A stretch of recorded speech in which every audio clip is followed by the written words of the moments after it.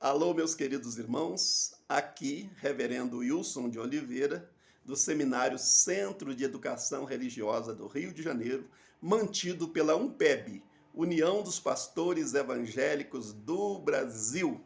Temos por presidente o Bispo Eliel Justino e, como presidente regional aqui para Brasília e Centro-Oeste, a minha pessoa. Que Deus te abençoe, que Deus te guarde em nome de Jesus. Nós falamos, primeiramente, a série é as cartas, 7 cartas, né, do Apocalipse, né? As cartas à igreja da Ásia. Né? E hoje nós falamos anteriormente sobre a igreja de Éfeso, explicamos aquele período intermediário da Era Sombria, de 50 a 100, né?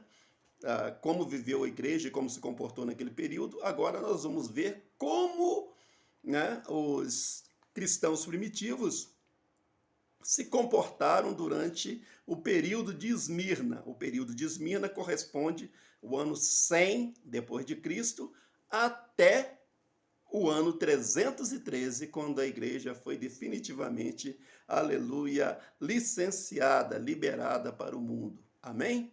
Glória seja dado o nome do Senhor. Então vamos lá, né? A igreja, esse período das igrejas de Éfeso e Esmirna são chamado período pentecostal, né? Hoje nós vamos falar sobre a igreja de Esmirna, também chamada igreja perseguida. A perseguida, porque realmente houve uma trégua muito grande, mas também houve perseguição na igreja de Esmirna.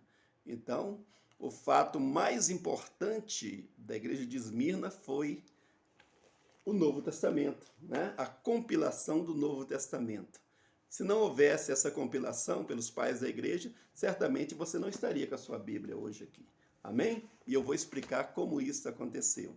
Os fatos que se deram durante esse período, de 100 a 313 depois de Cristo. Amém? Glória a Deus. Vai gravando aí, pastor, pastora, missionário, obreira, né? De todo o Brasil, da África e de Portugal e do Japão, que nós temos algumas pessoas que estudaram com a gente e foram para lá. Amém? Glória a Deus. Esmirna. Esmirna em hebraico, né? Quer dizer mirra em hebraico, né? E hoje aquela cidade, eu creio que chama Izmir, né? É uma cidade turca situada a 65 quilômetros ao norte de Éfeso e é banhada pelo Mediterrâneo. Esmirna vem da palavra mirra. Mirra é uma planta amarga, não é? Mas que após amassada, quando ela é todinha amassada, ela exala um perfume, uma resina incomparável, com um perfume incomparável, né? Ela é usada na preparação de corpos para a sepultura, viu? Antigamente, quando eles iam enterrar um cadáver, para conservar aquele cadáver, eles colocavam aquela resina de mirra, amém? E é um dos óleos, inclusive, usados, não são sacerdotal, viu? Glória a Deus. Talvez por isso Jesus tenha comparado a época de Esmirna, como tem que torcer, né, para sair o perfume, talvez Jesus tenha comparado a igreja de Esmirna, né, ao período em que os cristãos foram muito massacrados, foram muito pisados, foram muito amassados, né, e preparados para morrer em nome de Jesus Cristo, né? Mas morrer no corpo para ressuscitar no espírito, né? Glória a Deus. Afinal, em João, no capítulo 11, no verso 25, Jesus disse: Eu sou a ressurreição e a vida. Quem crê em mim, ainda que esteja morto, viverá. E todo aquele que vive e crê em mim, nunca morrerá. Crês tu nisto? Jesus disse, né? Glória a Deus. As informações sobre a igreja de Esmirna, informação sobre a igreja de Esmirna, vem de pessoas, né? A gente tem que dar bibliografia. Quem falou isso? Quem falou aquilo outro? Você tem a Bíblia, você tem que saber saber da Bíblia e sobre a Bíblia, sobre quem escreveu, como é que vocês acertaram, como é que foi essa revelação, não é mesmo? Tudo tem que ter alguém que está por trás. Então, nós temos aqui as informações sobre a igreja de Esmirna, vêm de pessoas que conviveram com o apóstolo João, João Evangelista. Existe um manuscrito chamado Martírio de Policarpo. Policarpo viveu nos anos, antes dos anos 100 e depois dos anos 100, depois de Cristo. Então, ele viveu praticamente na época dos apóstolos, ele foi discípulo de João, então ele sabe de muita coisa sobre Deus, amém? Glória a Deus. Também, além do Martírio de Policarpo, que é um livro, você pode comprar, também nós temos aí escritos deixados pelo bispo Irineu de Lyon, Tertuliano de Catargo, que escreveu a primeira obra literária da igreja cristã. Quem escreveu foi uma pessoa chamada Tertuliano de Catargo. Então, pastores, obreiros, anota aí para você confirmar depois, amém? Glória seja dado o nome do Senhor. No tempo dos apóstolos, Esmirna já contava com a população de 100 mil pessoas, 100 mil habitantes. E através de João, Silas, Paulo, Lucas, Barnabé, João Marcos, né, e outros líderes, o evangelho foi fartamente pregado naquela região, né, na região de Esmirna, a ponto do escritor romano Plínio o Moço escrever ao imperador que os templos estavam sendo fechados, os templos de Éfeso, da Diana, e os templos de Esmirna, que lá tinha muitos templos, estavam sendo abandonados por causa dos seguidores dos Crestos, ou Crestos, em grego, né? Glória a Deus, que eram os cristãos. Glória a Deus. O fato mais importante, no entanto, da igreja de Esmirna, né, do período de Esmirna, foi a compilação, o ajuntamento do Velho e do Novo Testamento. Foi a feitura do Novo Testamento, né, que vai de Mateus até o Apocalipse, né? Isso só foi possível porque, após a morte de João, né, subiu ao trono o imperador que não perseguia muitos cristãos. Quando ele pegava um, ele botava para rachar, mas ele não era tão perseguidor de cristão como os outros, o imperador Trajano. E esse deu uma trégua para administrar Roma, ele largou um pouco de perseguir os cristãos, foi mais administrativo, o nome dele era Trajano, e essa trégua que ele iniciou deu-se mais ou menos do ano 98 até o ano 193, quando recomeçou as perseguições aos cristãos através do Lúcio VII Severo. Amém? Glória a Deus, eu sei que você está me entendendo, porque eu estou falando para pastores, não estou falando para pessoas leigas, né? Glória seja dado o nome do Senhor. Por volta do ano 110, denominado como o período de Esmirna, né? Os pais e teólogos da igreja primitiva, na pessoa de Policarpo, Pápias, Justino Marte, Leônidas, Pantemo, Clemente de Alexandria, Ireneu, Tertuliano, Orígenes, Cipriano, né? Cipriano foi mais para frente um pouquinho, e outros decidiram reunir, né, para fazer uma seleção para ver quais livros iriam compor o Novo Testamento. Naquela época tinha mais de 3.000 livros escritos por pessoas que conviveram com Jesus. Você entende isso aí? A história de Jesus começou depois da sua morte. Normalmente, toda pessoa famosa, a história dele começa a ser escrita depois da morte dele. Amém? Com Jesus não foi diferente. Então, muitas pessoas que conviveram com Jesus e conviveram com os discípulos de Jesus, né, foram dando sequência na história, e eles resolveram, agora isso formou mais de 3.000 livros, e agora, mais ou menos no ano 110, se reuniram para ver se conseguiam compilar, reunir os livros aleluia, que comporia a doutrina da igreja, a história e a doutrina da igreja. Amém? Então, reuniram 3 escolas. Naquela época existiam 3 escolas. A escola de Antioquia, a escola de Alexandria e a escola de Roma. Antioquia, Alexandria e Roma. 3 escolas onde ficavam os pais da igreja, eles ensinavam a outros, né?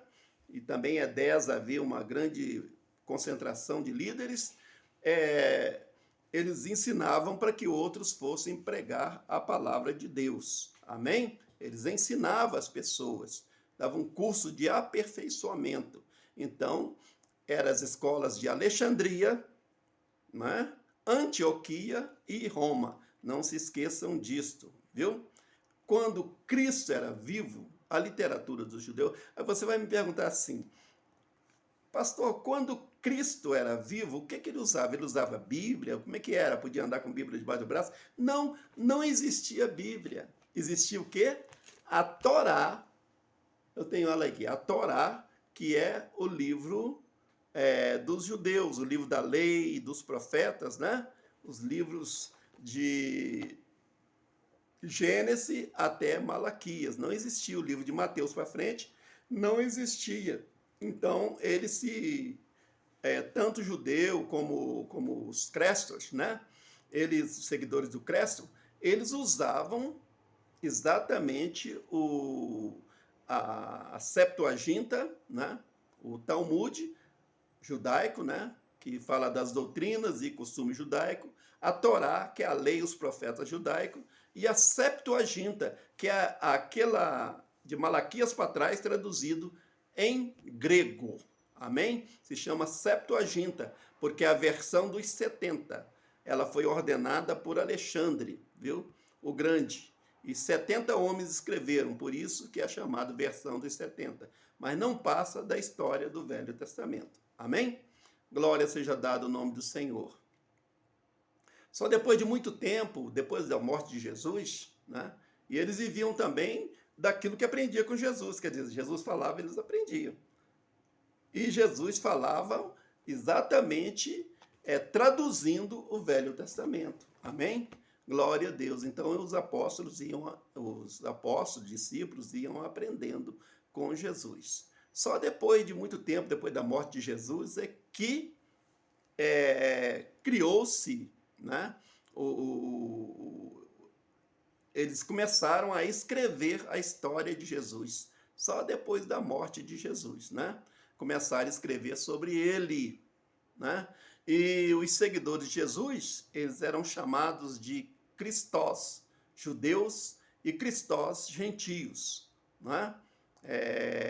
E só foram chamados cristãos em Antioquia, não foi em Jerusalém, foi em Antioquia. Você pode ver isso em Atos, no capítulo 11, no verso 16, quando os discípulos, os apóstolos, pela primeira vez foram chamados de cristãos. Amém? Glória seja dado o nome do Senhor. Então, essa palavra não existia, cristão. Glória a Deus. Então, reunidas as 3 escolas de Alexandria, Antioquia e Roma, separaram em oração e vigilância, né? Eles separaram entre mais de 3.000 livros. Na época, escrevendo sobre Jesus, eles separaram os 27 livros que iriam compor o cânon sagrado, né? Ou hoje o Novo Testamento, de Mateus ao Apocalipse, contendo os evangelhos canônimos sinópticos. Por que é canônimo? Porque canônimo é verdadeiro, amém? O canônico, toda vez que você ouvir falar canônico, é porque aquilo que é verdadeiro. E sinóptico, que significa que várias pessoas falam juntos o mesmo assunto, não é? Mateus, Marcos, e João e Lucas falaram o mesmo assunto. Então, esses são os evangelhos sinópticos, porque estão em ordem, tudo ordenado, escritores diferentes que falaram sobre a mesma coisa, sobre o mesmo homem, sobre os mesmos lugares. Isso é sinopticismo. Amém? Glória a Deus. Então, dos evangelhos, Atos dos Apóstolos, as 14 cartas paulinas, as 7 cartas universais ou católicas e Apocalipse de São João. Isto se deu entre o ano 40 e o ano 70. Você vai dizer, por que católico? Porque católico vem de cana. Cana vem de canônico. Canônico vem de cana. E cana era uma medida certa, uma medida exata que tinha antigamente. Então, é uma medida verdadeira. O nome católico significa verdadeiro também. Amém? Glória seja dado o nome do Senhor Jesus. Então, epístolas universais, né? Ou católica é a mesma coisa. Glória a Deus, porque foi aceita como correta. Amém? Mas em 190 eles fizeram, né? Compilaram o Novo Testamento de Mateus ao Apocalipse. Nessa época foi compilado por essas pessoas que eu te falei. Mas, feito isso, começou a era, uma outra era sombria na igreja de Esmirna. No ano 193, quando começou o império de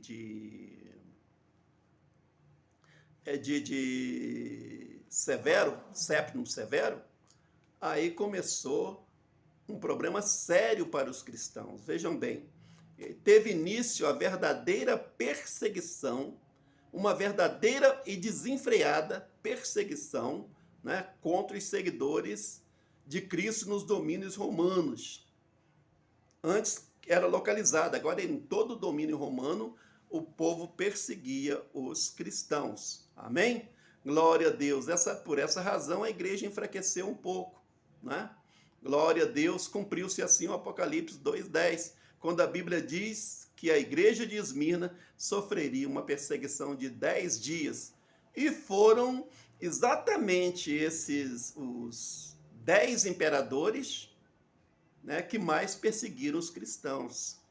De 161 a 313, teve 10 imperadores que foram terríveis com os cristãos. Então, a Bíblia, Jesus, que já sabe de tudo, deixou em sua palavra escrito, aleluias, de forma metafórica, né? Sofrerás uma perseguição de 10 dias. Esses 10 dias é exatamente os 10 imperadores que passaram sobre Roma, sobre a igreja, que perseguiram a igreja. Amém? A Bíblia diz que a igreja de Esmirna, né, sofreria e ela sofreu. Isso foi do ano 161 até o ano 313. Primeiro, mais lenta, depois, a partir de 193, uma perseguição muito grande. Quando a cristandade foi, né, até o ano de 313, né, quando a cristandade foi finalmente autorizada a funcionar por Constantino, né, pelo Augusto Constantino e o César Licínio. Amém? Você sabe que diferença tem, pastor? Você sabe que diferença tem do Augusto para César? Porque na tetrarquia romana, Augusto era o imperador maior e César era o imperador menor. Amém? Você não sabe, você fica sabendo. Vejamos então a segunda carta do Apocalipse, né? Isso explicado, né? Os fatos importantes que houve. Vamos para a carta em si. Vamos fazer a leitura da segunda carta ao Apocalipse, ao anjo da igreja de Esmirna, em Apocalipse 2, do versículo 8 até o versículo 11. Glória seja dado o nome do Senhor. Então diz assim: e ao anjo da igreja em Esmirna escreve, isto diz o primeiro e o último, que foi morto e reviveu. Glória seja dado o nome do Senhor. Não é? O que foi morto e reviveu. Presta bem atenção, foi morto e reviveu. Conheço as tuas obras e a tua pobreza, mas tu és rico. E a blasfêmia dos que se dizem judeus e não são, mas são da sinagoga de Satanás. Nada temais das coisas que hás de padecer. Eis que o diabo lançará algum de vós na prisão, para que sejais tentado, e tereis uma tribulação de 10 dias, que significa os 10 imperadores, né? Que eu te falei do imperador Décio até o imperador Diocleciano, né? De 300 e também aquele período de 303 a 313, pode ser interpretado de duas maneiras. Mas a Bíblia diz: ser fiel até a morte e dar-te-ei a coroa da vida. Quem tem ouvidos, ouça o que o Espírito diz à igreja. Às igrejas. Ao que vencer, não receberá o dano da segunda morte. O que vencer, não sofrerá o dano da segunda morte. Amém? Agora nós vamos explicar isso para você. Aleluias! Glória seja dada o nome do Senhor. A igreja de Esmirna, hoje Esmir, era uma cidade portuária, né? Foi construída há milhares de anos, né? Ela era a terceira maior cidade da Turquia. E a segunda mais importante, né, o segundo mais importante porto do país fica na cidade de Esmirna. A cidade antiga foi destruída, veja bem. Olha só o mistério. A cidade de Jesus, ele nos fala através de metáfora, através de parábola, e você tem que prestar atenção para você poder entender. Então, a cidade existia há milhares de anos, mas no ano 600 ela foi destruída pelos lídios, povo da Lídia, né? Ela foi destruída, mas ela foi reconstruída pelos gregos e no final do século IV a.C., né? Ela já era conhecida como cidade que morreu e reviveu. Esmirna tinha uma história, um apelido, a cidade que morreu e reviveu. Amém? Glória seja dado o nome do Senhor. Por isso, a Bíblia diz que a cidade caiu, mas depois se levantou. Amém? E o povo de Esmirna, glória a Deus, eles foram derrotados, mas reascenderam. Então, significa, quando o Senhor diz aqui que é pobre, mas ela é rica, tal, certo? Então, aí vem o respaldo, né? Glória seja dado o nome do Senhor. Ela tinha nome que era pobre, mas era rica. Glória seja dado o nome do Senhor. Então, durante o domínio romano, Esmirna já contava com 100 mil habitantes, né? Havia muita idolatria. Em Esmirna tinha 100 mil habitantes. Inclusive, havia muita idolatria lá, né? Esmirna chegou a ser conhecida como a cidade, né, guardião do templo da deusa da morte, Neocoros, que mais tarde veio se chamar, aportuguesado, veio se chamar Necrotério, né? Neocoros, da tradução grega, né? Também era a cidade de Poseidon, né? Deus do mar, e em 26, né, depois de Cristo, ela veio também ter o templo de Deméter. Deméter, que era a deusa grega da ceifa e da terra, da colheita e da terra. Deméter, né? Então ela era cheia de macumbaria, cheia de deuses, cheia de feitiçaria. E lá estavam os discípulos do Senhor, né? Isso no tempo, durou até o tempo de Tibério César. Então, é por isso que Esmirna era considerada uma igreja sofredora. Você imagina os crentes no meio de uma tribulação dessa, no meio de uns atribulados desse. Claro que ele vai ficar, né? É incrível. O crente passa apertado, né? No século II, aliás, no capítulo 2, verso 8, da carta de Esmirna, Jesus confirma que é o primeiro e o último. Glória seja dado o nome do Senhor. Né? O primeiro e o último, ou seja, o eterno. Ele diz quem falava ali era o primeiro e o último.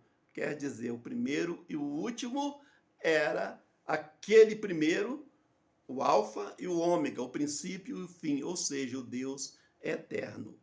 Aquele que esteve morto e reviveu, tem lá no verso 8 ainda, né? O que significa que ele venceu a morte. Quem morre e revive, vence a morte. E com sua ressurreição, né? E apesar das perseguições e sofrimentos, os fiéis de Esmirna, pela ressurreição de Cristo, né? Apesar de todas as tribulações, também os fiéis de Esmirna iriam, né, vencer. Glória seja dado o nome do Senhor. No verso 9 diz, conheço a tua tribulação. Por que Jesus disse isso? Jesus disse isso porque viu o sofrimento dos seguidores, né, de seus seguidores. E da mesma maneira que socorreu os aflitos enquanto Jesus caminhava nessa terra, assim também, aleluia, os seus seguidores seriam, aleluia, socorridos. Está lá em Marcos 1,41, que Jesus socorreu o leproso.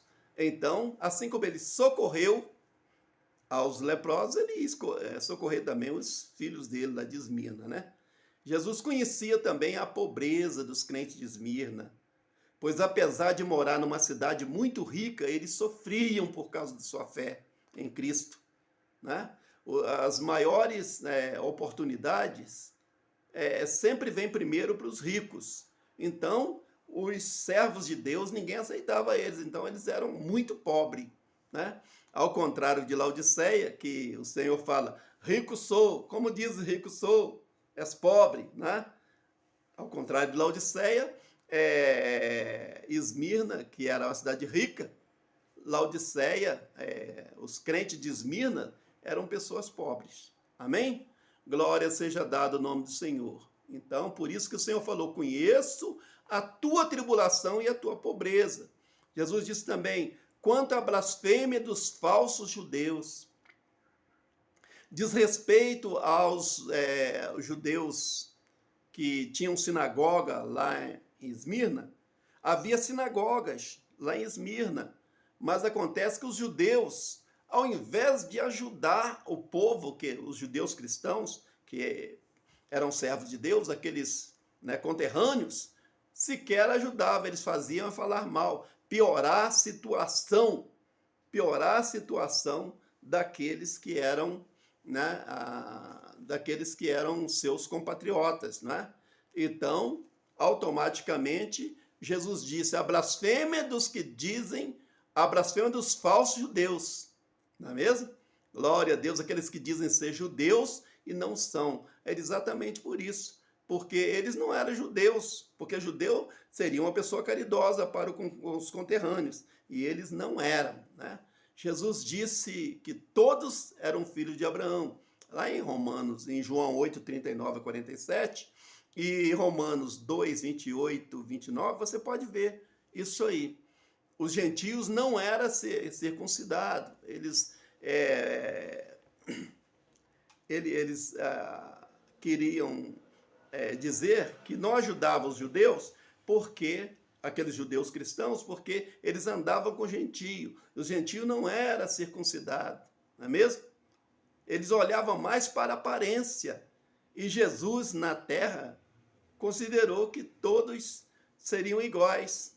Mas os judeus, aqueles falsos judeus, seriam como servos de Satanás. O principal mentiroso e acusador dos fiéis. Está lá em João 8, 44, né?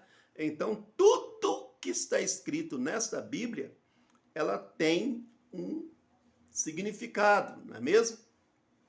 Então, na igreja de Esmirna, Jesus disse isso porque o diabo, usando 10 imperadores, lançaria muitos deles na prisão, né?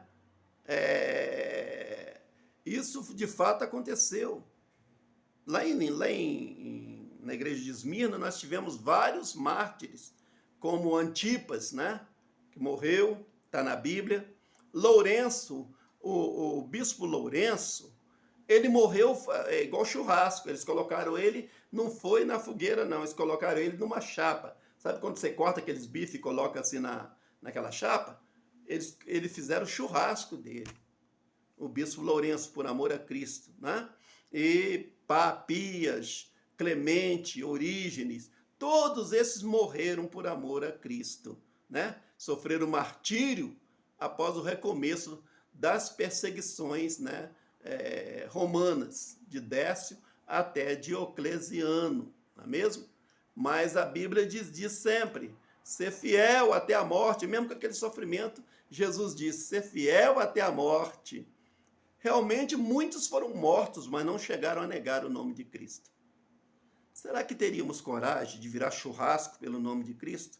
Ver um filho, ver uma filha, ver um irmão, ver uma irmã, né?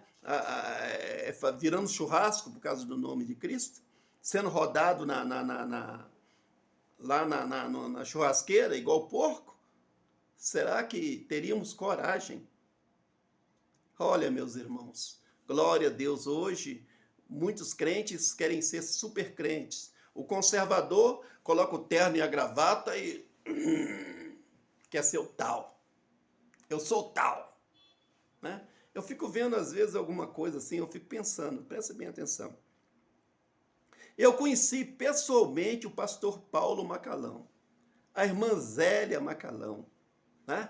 Hoje, quando eu vejo um crente assim muito metido lá no púlpito, igual um Deus, né, de uma certa igreja, eu fico pensando, meu Deus, o pastor Paulo era tão humilde.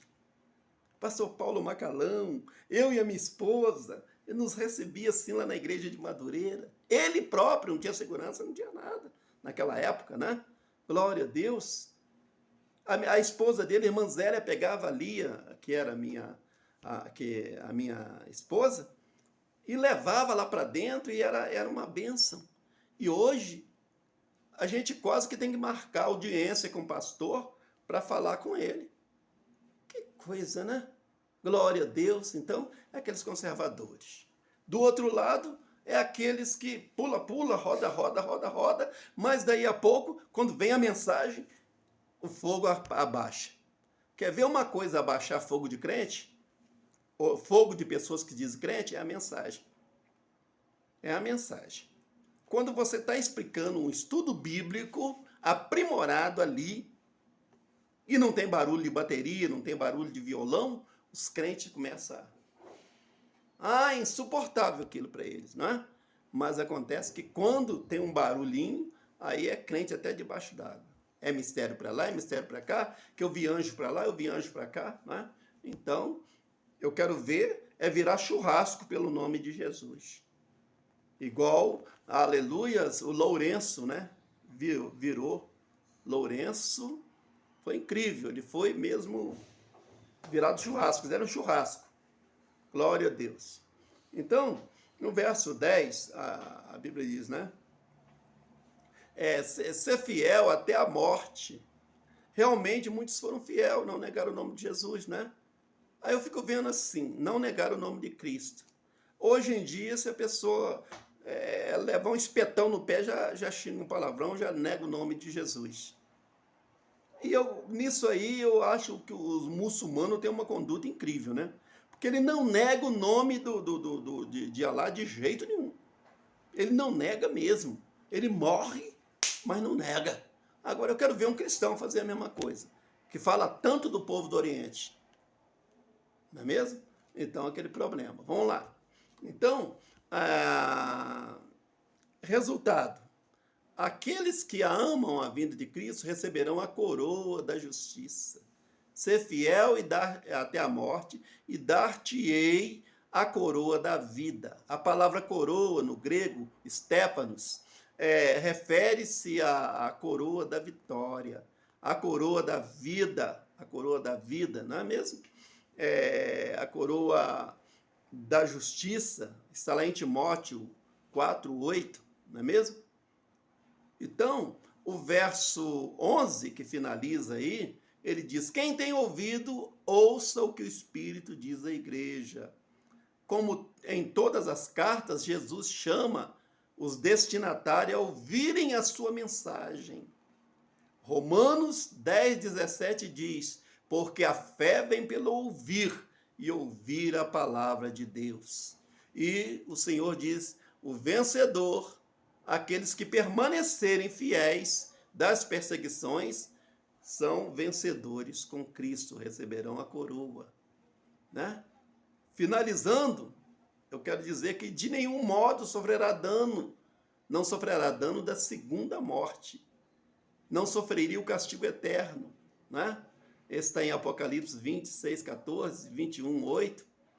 E os perseguidores poderiam até causar a primeira morte, mas os infiéis não sofrerão a segunda morte. Eu lembro de Cipriano, que Cipriano também foi jogado na fogueira.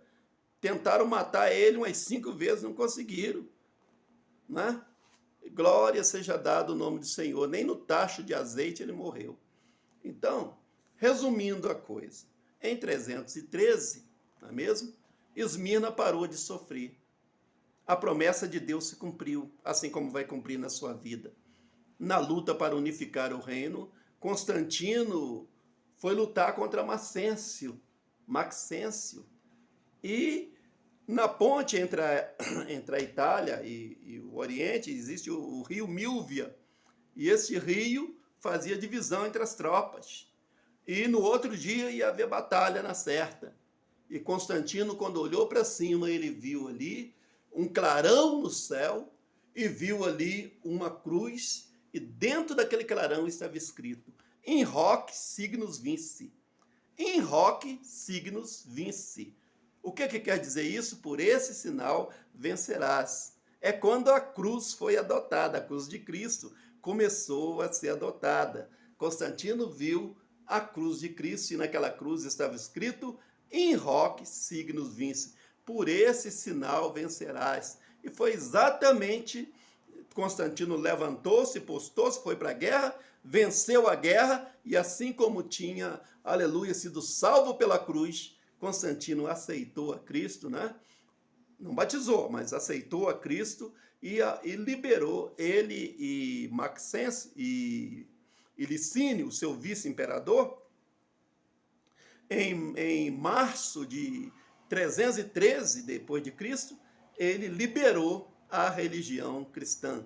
A religião cristã foi liberada. Amém?